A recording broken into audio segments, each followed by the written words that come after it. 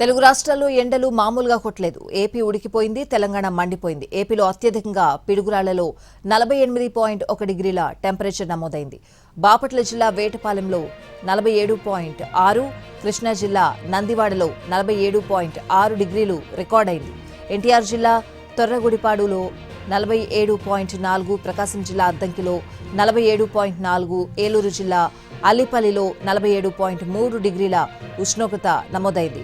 మార్కాపురం జిల్లా నందనమారెళ్లలో 46.6, పోలవరం జిల్లా కూనవరంలో 46.5, నెల్లూరు జిల్లా కావలిలో 46.4, గుంటూరు జిల్లా తెనాలిలో 46 డిగ్రీల టెంపరేచర్ రికార్డైంది. ఇక తెలంగాణ విషయానికొస్తే ఉమ్మడి ఆదిలాబాద్ జిల్లా మండిపోయింది. అత్యధికంగా నిర్మల్ జిల్లా దిలావర్పూర్లో 46.5 డిగ్రీలు నమోదైంది. హన్మకొండ జిల్లా ధర్మసాగర్లో 46.4, కరీంనగర్ జిల్లా చొప్పదండిలో 46.4, ఖమ్మం జిల్లా పెనుబలిలో 46.3 డిగ్రీలు నమోదైంది. మహబూబాబాద్ జిల్లా తొర్రూరులో 46.2, ములుగు జిల్లా ఏటూరు నాగారంలో 46.1, నల్గొండ జిల్లా కట్టంగూరులో 46 డిగ్రీల ఉష్ణోగ్రతలు రికార్డయ్యాయి.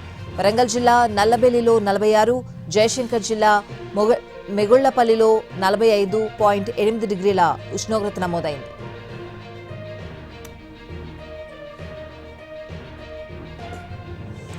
జయశంకర్ భూపాలపల్లి జిల్లాలో వడగాలులు బీభత్సం సృష్టిస్తున్నాయి. నిన్న ఒక్కరోజే 3 మృతి చెందారు. చిట్యాల మండలం చల్లగరిగెకు చెందిన దూడపాక పోచయ్య వడదెబ్బతో మృతి చెందారు. మొగుళ్లపల్లి మండలం పోతుగల్కు చెందిన వ్యవసాయ కూలీ నాంపల్లి సక్కమ్మ, రేగొండ మండలం బాగిత్తిపేటకు చెందిన యాకూబ్ పాషా మృత్యువాత పడ్డారు. ఎండకు తోడు వడగాలులు జోరుగా వీస్తనుందన ప్రజలు అప్రమత్తంగా ఉండాలని అధికారులు సూచిస్తున్నారు. ఇక ఉమ్మడి ఆదిలాబాద్ జిల్లాను ఎండలు అల్లాడిస్తున్నాయి. మంచిర్యాల జిల్లా మందమరిలో అత్యధికంగా 46.4 డిగ్రీల ఉష్ణోగ్రతలు నమోదయ్యాయి. వడదెబ్బకు మంచిర్యాల జిల్లాలో 2 మృతి చెందారు. 2 రోజులుగా 46 డిగ్రీలు దాటి గరిష్ట ఉష్ణోగ్రతలు రికార్డవుతున్నాయి. కొమరంభీం జిల్లా ఆసిఫాబాద్లో 46.4, నిర్మల్ జిల్లా దస్తూరాబాద్లో 46.3, ఆదిలాబాద్ జిల్లా జైనద్లో 46.2 డిగ్రీలు నమోదయ్యాయి.